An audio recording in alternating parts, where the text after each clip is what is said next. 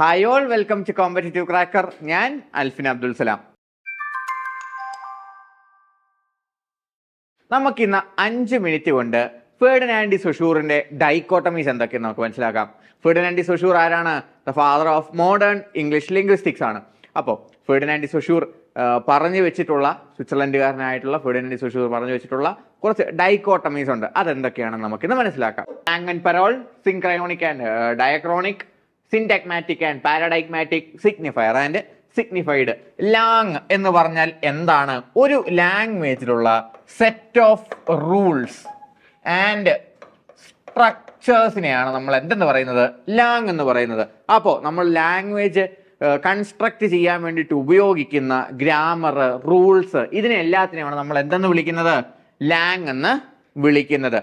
ഈ സ്ട്രക്ചേഴ്സ് വെച്ച് നമ്മൾ ഉണ്ടാക്കുന്ന ലാംഗ്വേജ്, നമ്മൾ ഉപയോഗിക്കുന്ന സെന്റൻസുകൾ, വേർഡുകൾ, ഒരു ലാംഗ്വേജിനകത്തുള്ള നമ്മൾ ഉപയോഗിക്കുന്ന പേഴ്സണൽ ആസ്പെക്ട്സിനെയാണ് നമ്മൾ എന്തെന്ന് പറയുന്നത്? പരോൾ എന്ന് പറയുന്നത്. ലാങ് എന്ന് പറയുന്നത് എന്തായിട്ട് മാറും? സ്ഥലത്തിനനുസരിച്ചും സമൂഹത്തിനനുസരിച്ചും സൊസൈറ്റിക്ക് അനുസരിച്ചും സോഷ്യലി ഡിഫൈൻഡ് ആണ് ലാങ്, പേഴ്സണലി ഡിഫൈൻഡ് ആണ് പരോള്. ഓബ്വിയസ്ലി എന്താണ് ലാങ് എന്ന് പറഞ്ഞാൽ? സിസ്റ്റംസ് ആണ്. സിസ്റ്റം വെച്ച് ഉണ്ടാക്കുന്ന ലാംഗ്വേജ് ആണ് പരോള്. അപ്പോൾ the system or the technique of creation is lang and the language in use is parole. അപ്പോൾ അത് രണ്ടെണ്ണം പഠിച്ചേ. അടുത്തത് സിൻക്രോണിക് ആൻഡ് ഡയക്രോണിക്. സിൻക്രോണിക് എന്ന് പറഞ്ഞു കഴിഞ്ഞാൽ എന്താണ്? ഒരൊറ്റ ടൈം പീരീഡിൽ അകത്ത് നടക്കുന്ന ലാംഗ്വേജിനെ പറ്റിയുള്ള സ്റ്റഡിയെയാണ് നമ്മൾ സിൻക്രോണിക് എന്ന് പറയുന്നത്. ക്രോൺ എന്ന് പറഞ്ഞാൽ എന്താണ്? ക്രോണോ എന്ന് പറഞ്ഞാൽ എന്താണ്? ടൈമുമായിട്ട് ബന്ധപ്പെട്ടതാണ്. അപ്പോൾ സിൻക്രോണിക് എന്ന് പറയുമ്പോൾ ഒറ്റ ടൈം പീരീഡിൽ, ഒരു സ്പെസിഫിക് ടൈം പീരീഡിനകത്തുള്ള ലാംഗ്വേജിനെ പറ്റിയുള്ള സ്റ്റഡി. ഡയാക്രോണിക് എന്ന് പറയുമ്പോൾ എന്താണ്? 2 ഡിഫറെന്റ് ടൈം പീരീഡ്സിൽ ലാംഗ്വേജിൽ വന്നിട്ടുള്ള വ്യത്യാസം, അതിന്റെ എവല്യൂഷൻ, അതിന്റെ ചേഞ്ച്, അതിനെയാണ് എന്ത്?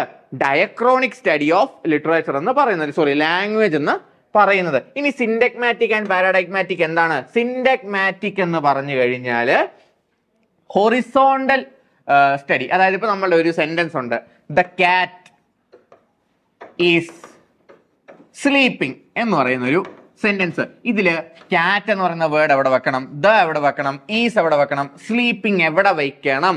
എവിടെ വെച്ചാലാണ്, എങ്ങനെ അറേഞ്ച് ചെയ്താലാണ് ഇവിടുത്തെ ഗ്രാമർ കറക്റ്റ് ആകുന്നത്, മീനിങ് കറക്റ്റ് ആകുന്നത്? അങ്ങനെയുള്ള സ്റ്റഡിയാണ് നമ്മൾ എന്ന് പറയുന്നത് സിന്റാഗ്മാറ്റിക് എന്ന് പറയുന്നത്. പാരഡൈഗ്മാറ്റിക് എന്ന് പറഞ്ഞു കഴിഞ്ഞാൽ എന്തായിരിക്കും? ഇവിടുന്നുള്ള സബ്സ്റ്റിറ്റ്യൂഷൻസ്. ഇവിടെ കാറ്റ് എന്ന് പറയുന്ന വാക്കിന് പകരം വേറെ ഏതൊക്കെ വാക്ക് വെച്ച് കഴിഞ്ഞാൽ ഇവിടുത്തെ ഗ്രാമർ തെറ്റുകയില്ല. ഡോഗ് എന്ന് പറഞ്ഞ വാക്ക് നമ്മളിവിടെ വെച്ച് കഴിഞ്ഞാൽ എന്ത് സംഭവിക്കില്ല? ഇവിടെ ഗ്രാമറിന് മാറ്റം വരികയില്ല. അപ്പോൾ ഒന്ന് അറേഞ്ച്മെന്റും മറ്റൊന്ന് സബ്സ്റ്റിറ്റ്യൂഷനെ പറ്റിയാണ്. സിന്റാഗ്മാറ്റിക് അറേഞ്ച്മെന്റ്, ഹൊറിസോണ്ടൽ സ്റ്റഡിയും, പാരഡൈഗ്മാറ്റിക് എന്താണ്? സബ്സ്റ്റിറ്റ്യൂഷൻസിനെ പറ്റിയുള്ള സ്റ്റഡിയുമാണ് ബേസ്ഡ് ഓൺ ഗ്രാമർ.